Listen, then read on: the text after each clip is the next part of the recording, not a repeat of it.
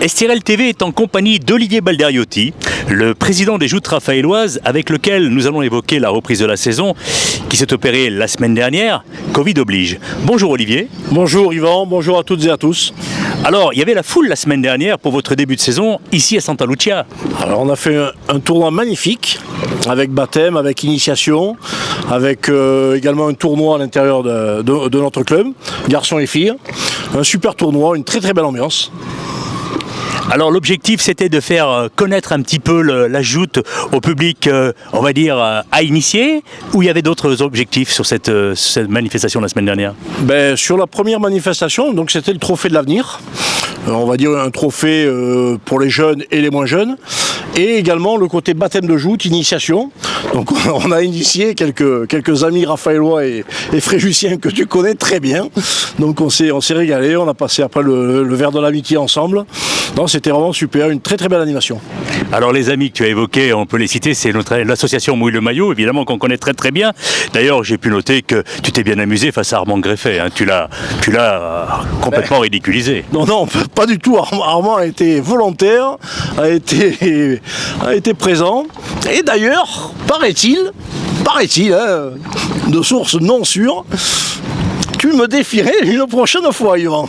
Alors parlons-en, effectivement, puisque nous sommes effectivement là pour l'interview sur la Tintaine. C'est comme ça qu'on dit précisément. Hein. Ah, tu changes de discours. Alors la Tintaine, on reviendra à ton cas personnel après. La Tintaine, donc c'est comme ça qu'on dit, c'est une plateforme qui fait 60 cm par 70 cm, où se tient le jouteur. Et ce nom de Tintaine, c'est un vieux mot provençal, donc qui vient d'un mot et un jeu du Moyen-Âge, le jeu de la quintaine, où les chevaliers avaient 5 combats pour s'affronter. Et nous, pareil, dans notre méthode provençale, on a 5 combats pour éliminer l'adversaire. Alors parlons-en de ces combats. Des combats d'une façon tout à fait amicale. Bien évidemment. Voilà, puisque nos championnats malheureusement n'ont pas eu lieu en 2020 avec le Covid.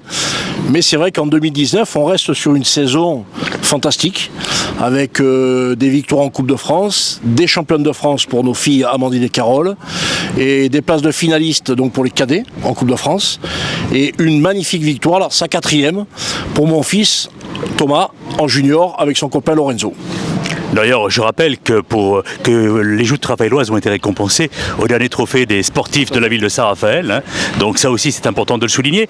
Alors oui, donc je t'ai un petit peu emmené sur le terrain des différentes joutes, hein, puisque on parle bien des joutes provençales pour l'instant.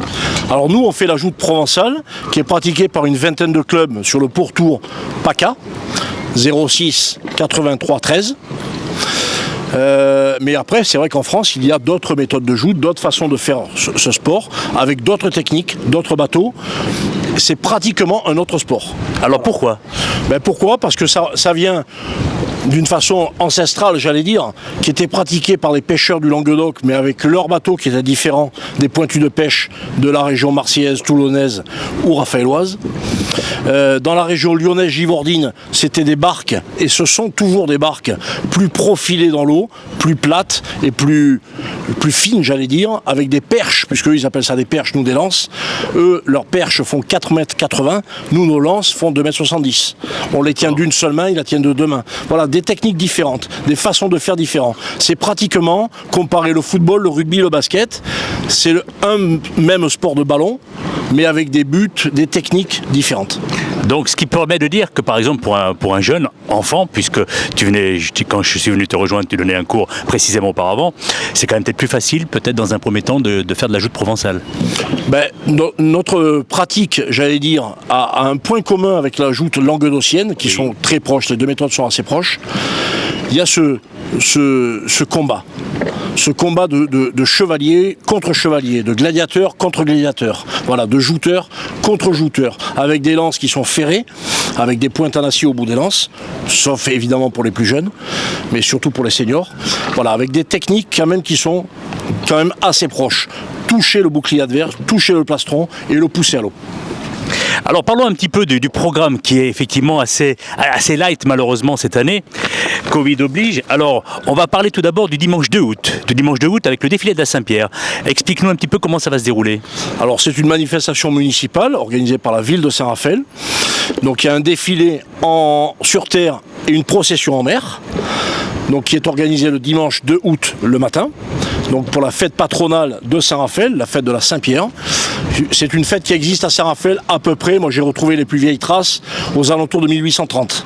Voilà, donc c'est une très vieille fête qui a été organisée avant fin juin, et à partir de 1842, elle est passée le premier dimanche du mois d'août. Voilà, avec un but touristique, tout simplement, pour faire venir des touristes, des étrangers, faire connaître Saint-Raphaël. Et puis également un petit peu on va dire les traditions provençales. Bien sûr, tradition provençale, avec les pêcheurs, les jouteurs, le folklore qui est autour de cette fête, et le tournoi de joute l'après-midi. Et puis donc le 22 août, cette fois-ci, donc on aura le Challenge Cavem.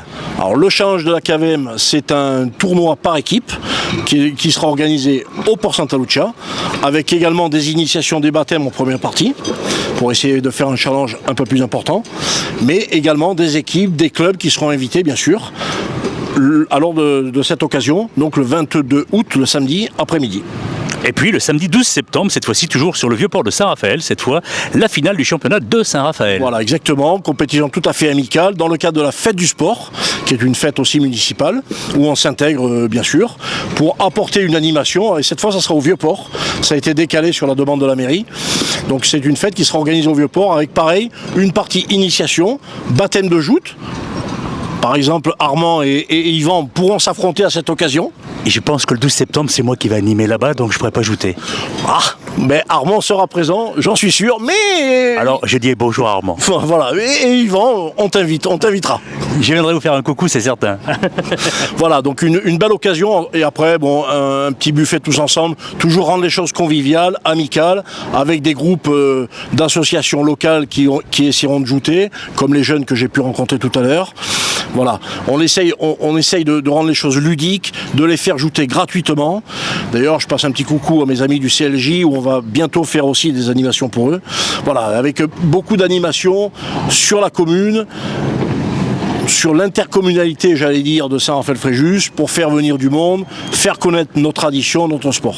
C'est bien que tu parles de l'intercommunalité Fréjus-Saint-Raphaël, parce que, rappelons que les clubs de joute aujourd'hui, ils sont peu en France, et nous avons une chance énorme ici, rien qu'entre Théoul et, on va dire, Port-Fréjus, on a 4 clubs, c'est bien cela? Tout à fait. Alors, on peut faire un parallèle avec d'autres communes en France. Marseille avait plusieurs clubs à l'époque, il n'en a plus qu'un, mais 7 gardent cette tradition. 7 clubs sur la même ville, c'est quand même énorme, et 3 clubs de rame, donc c'est colossal. Martigues a 2 clubs, donc voilà, c'est aussi une richesse pour une intercommunalité, un club. Bon, après, on ne va pas engager de débat, mais c'est vrai que nous, à Saint-Raphaël, on développe bien la joute, bien le club, avec des partenaires, des collectivités, des partenaires privés, qui nous aident d'ailleurs. Par ton biais, Armand, Yvan, s'il y a des partenaires qui veulent venir nous aider, joute raphaéloise, c'est très simple. Mon téléphone est très facile à trouver. Tout le monde te connaît ici, il n'y a aucun problème. Le message est bien passé en tout cas. Donc, bien sûr, on va se donner rendez-vous dans ces 3 manifestations qu'on vient d'évoquer. Et puis surtout, te souhaiter, pour les jeunes qui veulent s'initier, tu prends les enfants à partir de quel âge? C'est important de le rappeler. Alors, en plus de ces 3 manifestations qui sont un peu plus importantes, bien sûr, on a des entraînements, des initiations pour les écoles, pour les centres aérés par exemple, qui sont souvent le mercredi en fin d'après-midi ou le samedi après-midi. Voilà, il n'y a pas que ces 3 manifestations bien sûr. Bien. Mais on va dire qu'à partir de... Après, ça a lieu toute l'année ou c'est précis sur un calendrier bien calqué, bien calé? Une année, j'allais dire normale, comme j'espère l'an prochain. L'an prochain, on fêtera les 110 ans du club, donc une très vieille tradition à Saint-Raphaël, parce que le club a été créé en 1911. Les joutes à Saint-Raphaël sont encore plus anciennes. Et les jeunes, bien sûr, au jour d'aujourd'hui, on les prend à partir de 7-8 ans. On les initie, on les forme pendant à peu près 1 an, sans qu'ils fassent de championnat. Et ensuite, bien sûr, ils sont opérationnels pour faire les championnats régionaux. Et les meilleurs, bien sûr, font les championnats de France. Comme nos féminines l'an dernier, nos juniors, nos cadets. ou nos seniors il y a quelques années, puisqu'on est le premier club de notre ligue à avoir gagné la Coupe de France dans toutes les catégories.